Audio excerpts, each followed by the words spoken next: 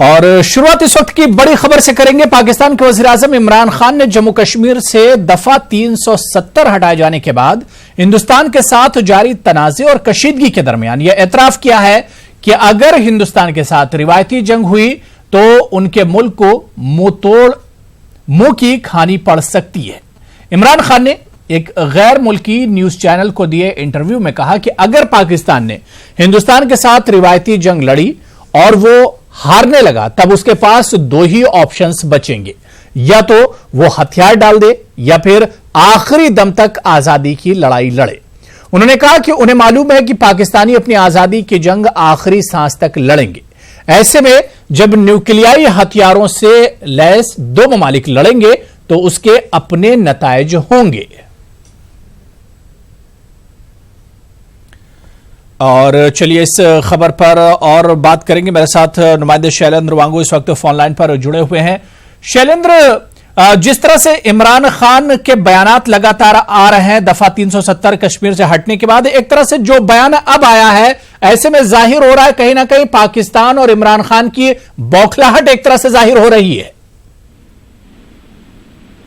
जाहिर तौर पर जब से भारत ने एक बड़ा कदम उठाया है कश्मीर की इंटीग्रेशन को लेकर, उसके बाद लगातार पाकिस्तान के प्रधानमंत्री इमरान खान इस तरह के बयान दे रहे हैं। तमाम इंटरव्यूज में भी हमने पिछले दिनों देखा कि कभी वो रूस के टीवी के इंटरव्यू में अमेरिका के खिलाफ बयान देते हैं और कभी वो मुजफ्फराबाद जाकर भारत के खिलाफ जहर उगलते हैं।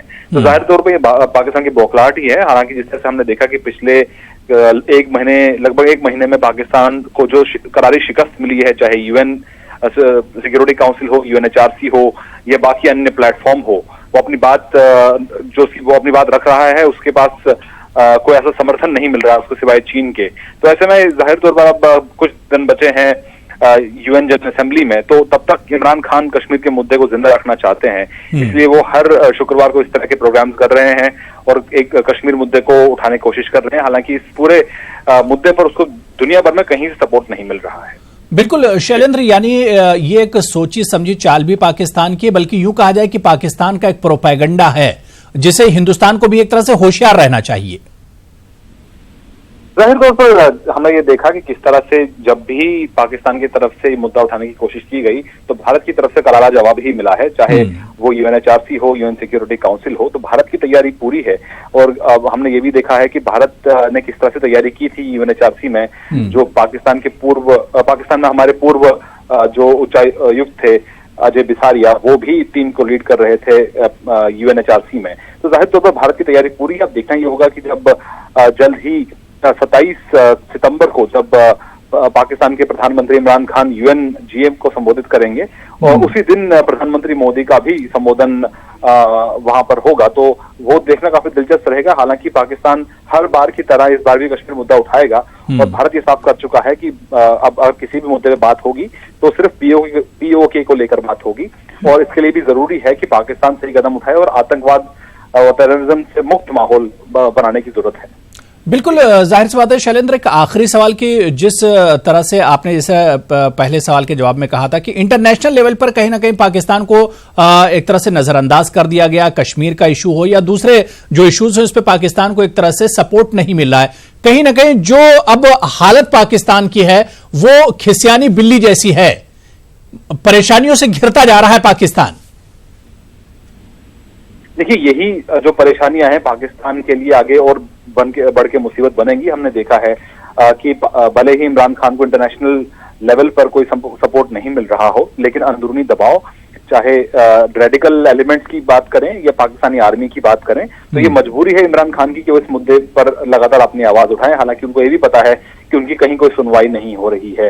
और इसी बीच आतंकवाद के मुद्दे पर भी वो लगातार सपोर्ट कर रहे हैं। आतंकवाद को आज भी बढ़ावा दिया जा रहा है पाकिस्तान में, इन्फिल्ट्रेशन की लगातार कोशिशें हो रही हैं। तो इसे साफ हो जाता है कि जहां एक तरफ अंतर्राष्ट्रीय स्तर पर, इंटरनेशनल लेवल पर पाकिस्तान को कोई सपोर्ट नहीं मिल रहा है, तो ऐसे में वो आतंकवाद के जरिए इस मुद्दे को लेकर, इस मुद्दे पर दुनिया का ध्यान खींचना चाहता है। हालांकि ये भी हमने देखा है कि पिछले एक महीने में कोई भी कैजुअलिटी श्रीनगर में नहीं हुई है। जिन ह्यूमन राइट वायलेशन की वो बात करता रहा है पाकिस्तान, अब उसके अपने ही घर के अंदर भी जिस तरह से सिंधी की बात करें, बलोचियों की बात करें गिलगित बल्तिस्तान की बात करें, तो इन तमाम माइनॉरिटीज के साथ जिस तरह से पाकिस्तान बिहेव करता है उससे दुनिया रूबरू है, दुनिया ये बात जानती है। तो ऐसे में सिर्फ भारत पर आरोप लगाने से काफी नहीं होगा, उसको अंदर झांक के देखना होगा। और जिस तरह से अब रक्षा मंत्री राजनाथ सिंह ने भी जो बयान दिया है कि इस तरह की अगर पॉलिसी जारी रहेगी पाकिस्तान की तो उससे टुकड़े टुकड़े होने से कोई नहीं बचा सकता। बिल्कुल जाहिर सी बात है कि महज ये एक पाकिस्तान का प्रोपेगेंडा है जिसे वो एक तरह से जिंदा रखना चाहता है। बहुत बहुत शुक्रिया शैलेंद्र उरांव हमारे साथ जुड़ने के लिए और इस खबर पर बातचीत करने के लिए। उधर वजीर दिफा राजनाथ सिंह ने एक बार फिर पाकिस्तान को आड़े हाथों लिया है। राजनाथ सिंह ने कहा कि पाकिस्तान को दहशतगर्दी पर नकेल कसनी चाहिए। उन्होंने फिर एक बार दोहराया कि अब पाकिस्तान से बात सिर्फ पीओके यानी पाक मकबूजा कश्मीर के ताल्लुक से ही होगी। राजनाथ सिंह ने कहा कि पाकिस्तान को तोड़ने की जरूरत नहीं है, वो खुद ही टूटकर बिखर जाएगा। इसे किसी को पाकिस्तान को तोड़ने की जरूरत नहीं पड़ेगी, यह पाकिस्तान को अपने आप खंड खंड हो जाएगा। भारत से अलग होने के बाद 71 में इनके 2 टुकड़े हो गए और जिस तरीके से वहां पर अल्पसंख्यक समुदाय के साथ बलूचियों के साथ, सिंधियों के साथ, पख्तूनियों के साथ जिस तरीके से व्यवहार हो रहा है, कब इस पाकिस्तान के खंड खंड हो जाएंगे कुछ कहा नहीं जा सकता। और मैं कहना चाहता हूं, पाकिस्तान जिस तरीके से आतंकवाद को बढ़ावा दे रहा है, या आतंकवाद को बढ़ावा देना वह रोके, नहीं तो इस हकीकत को तो टाल नहीं सकता है कि पाकिस्तान के और अधिक टुकड़े होकर रहेंगे। पाकिस्तान भारत के साथ बातचीत की बात करता है। आज के कुछ दिनों पहले डंके की चोट पर मैंने कह दिया, पाकिस्तान के साथ यदि बात होगी तो आतंकवाद समाप्त होने के बाद ही बात होगी। यदि बात होगी तो किसी अन्य मुद्दे पर बात नहीं होगी। बात होगी तो केवल पीओके पाक ऑक्युपाइड कश्मीर पर ही बात होगी और किसी दूसरे मुद्दे पर कोई बात नहीं। दिफाई उमूर के माहिर पीके सहगल ने राजनाथ सिंह के बयान की तायद की है। उन्होंने कहा कि जिस पाकिस्तान को आज हम जानते हैं कुछ दिनों में वो नहीं रहेगा। अगर पाकिस्तान दहशतगर्दी को इसी तरह बढ़ावा देता रहेगा तो वो खत्म हो जाएगा। वास्तव में सारी दुनिया आज बिलीव करती है कि पाकिस्तान के टुकड़े होने जा रहे हैं और उसका मुख्य वजह है उसके अपने आर्मी की पॉलिसी, ISI की पॉलिसी और उसके आतंकवादी। ये जो उसके आतंकवादी हैं वो पाकिस्तान के अपने लोगों के खिलाफ ही बड़े ज़बरदस्त टेररिज्म फैला रहे हैं।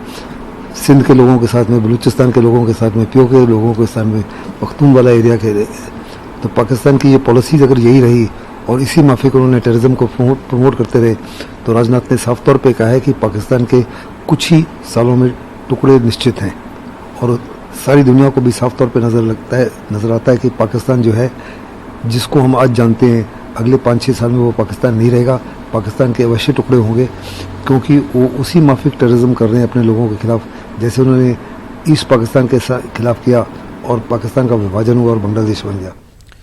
उधर एनसीपी चीफ शरद पवार ने मुंबई में एक बड़ा बयान दिया है। पवार ने राजनाथ सिंह के बयान की भी नफी की है। उन्होंने कहा कि जब वो पाकिस्तान गए थे उस वक्त उनकी खूब मेहमान नवाजी हुई थी। उन्होंने ये भी कहा कि यहां लोग समझते हैं कि पाकिस्तानी अवाम के साथ नाइंसाफी हो रही है, पाकिस्तान में लोग खुश नहीं हैं, जबकि यह सही नहीं है। शरद पवार ने कहा कि इस तरह के बयानात सिर्फ सियासी फायदे के लिए दिए जा रहे हैं।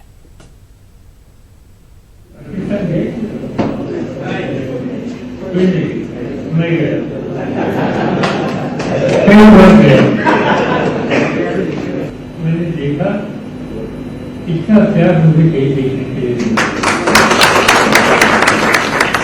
कई बार लाहौर में देखा, कराची में देखा, इस्लामाबाद में देखा।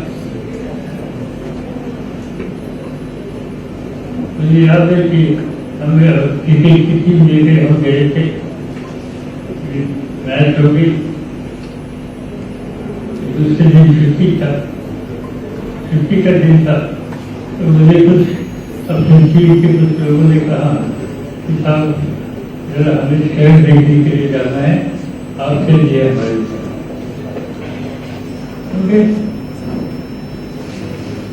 सुबह गए। जाने के बाद एक रेस्टोरेंट है, तो वहाँ विस्तार करें, कोई रास्ता विस्तार किया पैसे देने के लिए। तो ऐसा तो अब तो हमारे मेहमान ने पैसे कैसे देते हैं, हम पैसे। तो पवार के इस बयान पर शिवसेना का भी रद्द-ए-अमल आया है। शिवसेना तर्जुमान मनीषा ने कहा कि शरद पवार अपनी पार्टी के लिए पाकिस्तान से कारकुन बुलाना चाहते हैं, क्योंकि इनकी पार्टी के लोग तो उनका साथ छोड़ रहे हैं। माननीय शरद पवार जी के कार्यकर्ता और नेता उनको छोड़कर जा रहे हैं, स्वाभाविक है उनके मन में विफलता है। ऐसे मौके पर पाकिस्तानी लोगों की प्रशंसा करना ये कहाँ तक उचित है? क्या उनके मन में ऐसा तो नहीं कि पाकिस्तान से कार्यकर्ता आयात किए जाएं? और जब पाकिस्तान और हिंदुस्तान के बीच में संबंध खराब चल रहे हैं, ऐसे मौके पर पाकिस्तान की प्रशंसा करना निंदनीय है, ऐसा मैं समझती हूँ। कश्मीर में पिछले एक माह से जारी हालात की वजह से जिंदगी का पहिया तो जाम है, मगर फौज इन हालात में भी फलाही काम जारी रखे हुए है। हाल ही में फौज ने गुरेज के तलबा के लिए मुल्क की सैर का एक प्रोग्राम मुनक्किद कराया, जिसका मकसद दूर उफ्तादा इलाकों में रहने वाले अफराद को मुल्क में चल रही तामीर और तरक्की के साथ साथ टेक्नोलॉजी में हो रही पेशरफ्त से रूबरू कराना था। ये रिपोर्ट देखिए।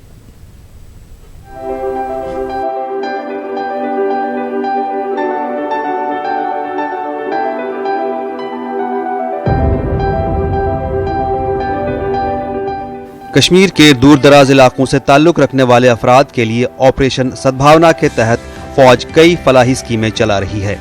इसके तहत फौज दूर दराज इलाकों के तलबा के लिए मुल्क की सैर का प्रोग्राम पिछले 3 दहाइयों से चला रही है, जिसका मकसद दूर अफ्तादा इलाकों में रहने वाले तलबा को मुल्क में चल रही तामीर और तरक्की के साथ साथ टेक्नोलॉजी में हो रही पेशरफ्त से रूबरू कराना होता है। गुरेज के 26 तलबा और तालिबात के लिए इसी नौयत का कैपेसिटी बिल्डिंग टूर का एहतमाम किया गया। इन तलबा ने राजस्थान, दिल्ली और आगरा की सैर की।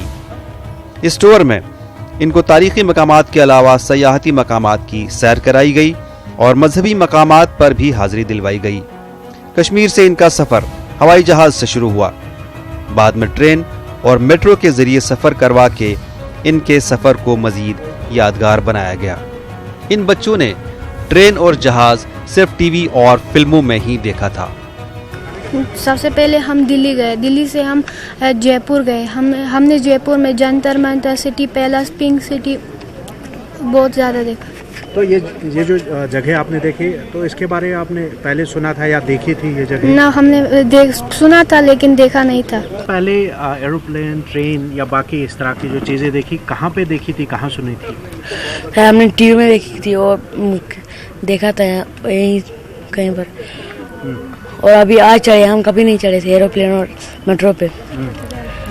गुरेज को कुदरत ने बेपनाह हुस्न से नवाजा है, लेकिन बड़े शहरों की चकाचौंध ने इन नन्हे फरिश्तों को इस कदर मुतासिर किया कि बच्चे अपने घर को भूलकर वापस आना ही नहीं चाहते थे।